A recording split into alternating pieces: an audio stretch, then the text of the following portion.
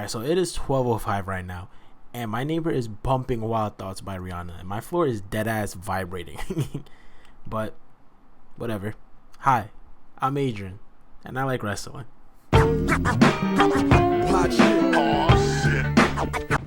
So imagine this, right? You're 10 years old, life is good, you ain't paying no type of bills yet, and John Cena is your man. This purple, red, orange, Fruity Pebble man, John Cena is your savior. John Cena is your GOAT, alright? You have shed tears for this man, but you got a new man on the block, you know what I'm saying? This rebellious, loudmouth dude that's against the system type of guy. And his name is CM Punk, who's cool as shit to you. Now, they have a feud, and you don't know which side to pick, but when Punk says he's dipping after he wins the title, you're like, oh, okay, I'm kind of scared, you know what I'm saying? So, you watch the Money in the Bank pay-per-view on this not-so-legal site, and you see Punk's entrance, and wow, holy crap. At least for me personally, I haven't seen an entrance like that at that point in my life. A crowd so hot, so rowdy, wanting a dude to win. All the signs, the Punk loses, we riot. Next night on Raw, your GOAT shakes Rey Mysterio's hand and hits him with a, yeah, that ain't gonna work for me, brother. And he takes his moment right back from Rey, win his title, and then boom, Punk comes out with a new fucking theme song. And holy shit, that shit right there, man. Oh man, that right there was a banger that he came back with. All right, now here you are at 21 years old, sitting in your chair, screaming like you're watching a loved one get fucking murdered in front of you because you heard that same TV static noise that you heard at the beginning of the song at Survivor Series. All right, which, by the way, Triple H, sly little goosey goose, that whole bring up the credit logo like the show about to end and then you fucking make history moment like the Johnny Gargano and Ciampa, and now this shit, I love you. Alright, like literally no joke. I was on the phone with my girlfriend and she was in the middle of telling me something and the fucking static went off and I lost my absolute shit. Like I jumped out my creaky ass chair. I'm running around my house screaming. My mom screaming like, Adrian, what happened, Adrian? And I'm telling her CM Punk came back. She don't give a shit, and I'm running back and forth. Now that you have an idea on the type of fan I am, you know what I'm saying? Let's talk about the art of wrestling entrances.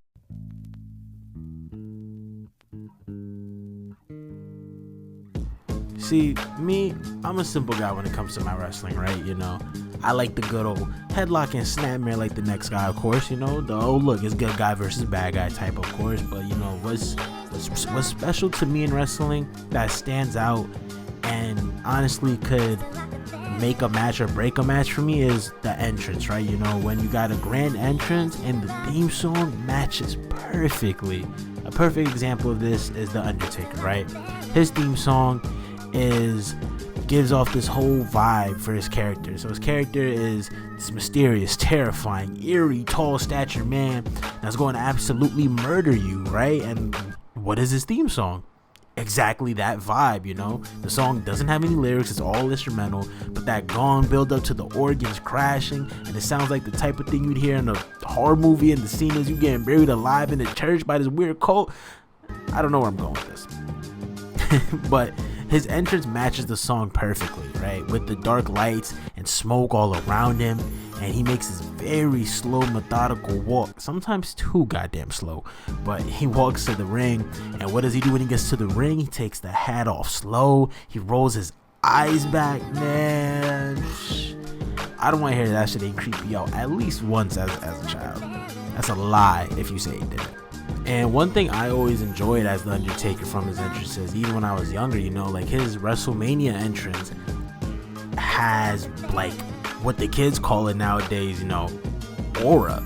And like, because it made sense, he's putting the streak on the line. It's WrestleMania, it's this grand event, and his entrances always match that, you know. His entrance for Mania 29 when he was facing CM Punk, that's one of the greatest entrances I've ever seen, you know. Like, dog, like I ain't even like, man, just look.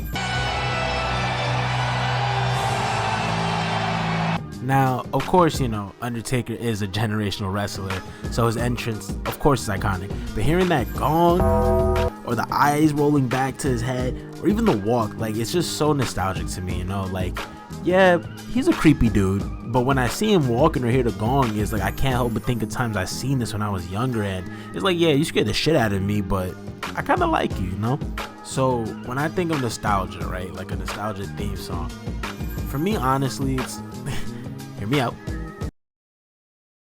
Kofi Kingston SOS theme song. All right, so I started watching wrestling around the time the Punk and Jeff Hardy feud was happening on SmackDown, and that was around the time Kofi was starting, to get his time up.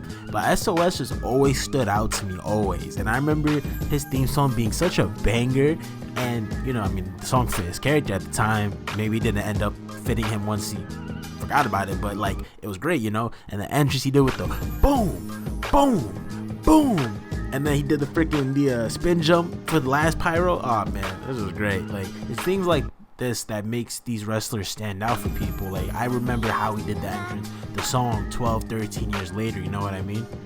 Another one too, Randy Orton's entrance with Burning My Light, which by the way is a fucking banger. Holy shit, that's an amazing song, alright? Now, I didn't grow up watching that Randy, of course, mine was a bit deranged and tried to fucking blow up John Cena. But I do remember playing SVR 2006 on my brother's PS2, and I remember playing as Randy Orton, and you guys already know the whole entrance when he would do the pose at the top of the ramp, and the fucking golden rain will the golden rain will fall down, and he's just doing a spin. And I have those nostalgic memories attached to that theme song and just that, that vibe. And the theme songs during the Ruthless Aggression fit so perfectly too for these characters. Like, shouts out my GOAT, Jim Johnston. But yeah, majority of these theme songs during this time were just bangers, man.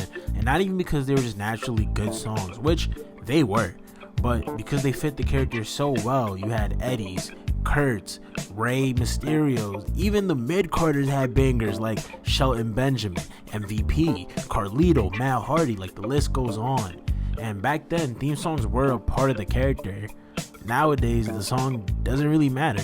They just kind of have one because they need to have one, Now, I'm not going to stray too far into the memes, but this is exactly why the whole Def Rebel meme became a thing. Because let's be honest, their songs are dog shit, alright? But they're also just so generic. Alright, alright, just bear with me real quick, alright? Like, like this is the look at the Stone Cold Def Rebel remix. Oh yeah.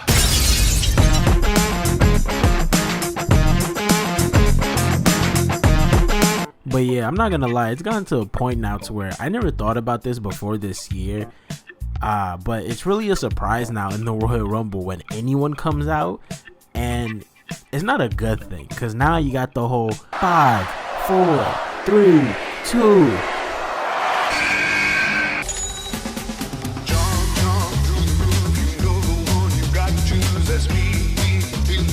Alright, now you got 3 options, alright? You got Ricochet, Logan Paul, or Baron Corbin.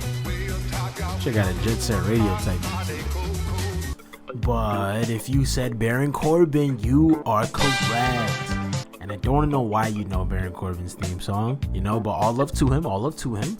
But just goddamn, man, these songs are so generic. And I saw that the newer ones just have a clip of them saying something to differentiate it from the regular plain generic music. Now they have a clip of them just saying something. Like, I know for Tiffany Stratton is just like it's Tiffy time, and then it's just followed by a wag song. And the new DIY song, holy shit, yo. Joe Budden, what is that? That shit is a 2-pack of ass. Thanks, Joe. I agree. But don't get me wrong, they got some bangers on them, I can't lie, like LA Knight, Jey Uso. Granted, his theme song isn't much different from the original, but Jimmy's song is good. Roman Reigns is perfect, so there's some theme songs out there. How can I forget about my man Joe Hendry? Say his name and he appears. Alright, so quick side note, if I sound different in this part of the video, I got like a whole mic desk thingy, whatever. So yeah, this is gonna be the future sound of the videos, but if I sound different in this part, that's why. I'm leaving the rest of the video in, fuck it, whatever. But anyways, we're gonna move on to the second part of the video now.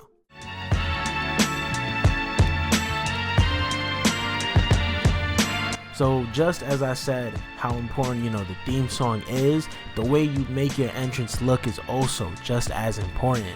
Are you portraying this character that's dominant but confident in himself? Or maybe you're this scary, eerie, tall dude. Or maybe you're this little leprechaun that can't talk for some odd reason. Gimmick of the year. But yeah, the way you look coming out is just so important. The way a wrestler comes out sets the tone for the type of character that you're expecting to see in the ring. John Cena's whole Make-A-Wish entrance at WrestleMania 39 with the kids is such a great example of this. Like, if you've never seen John Cena before, but you see this entrance, you already know, oh shit, he's coming out with the Make-A-Wish kids. This must be a stand-up type of fella, you know what I'm saying? Now, losing in front of the Make-A-Wish kids is kind of crazy, especially when it's to Austin Theory. Although, I won't lie, I'm low-key an Austin Theory fan, okay? I know. Don't stone me to death, but I'm gonna save that topic for another video, And now, let's move on to the last important part of the video.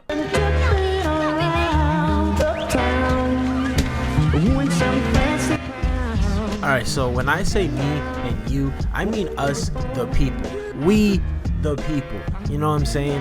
Like, the crowd is such a vital, important role in a wrestler's entrance, and we've been seeing that as the crowd's been a highlight for the past pay-per-views not pay-per-views, these are PLEs that they've been having outside the country. Like in Backlash in France, we saw the crowd is such a highlight. They play such a big role in these entrances, from them singing your song. They were singing Randy Orton's and Jey Uso's entrance, word for word, bar for bar.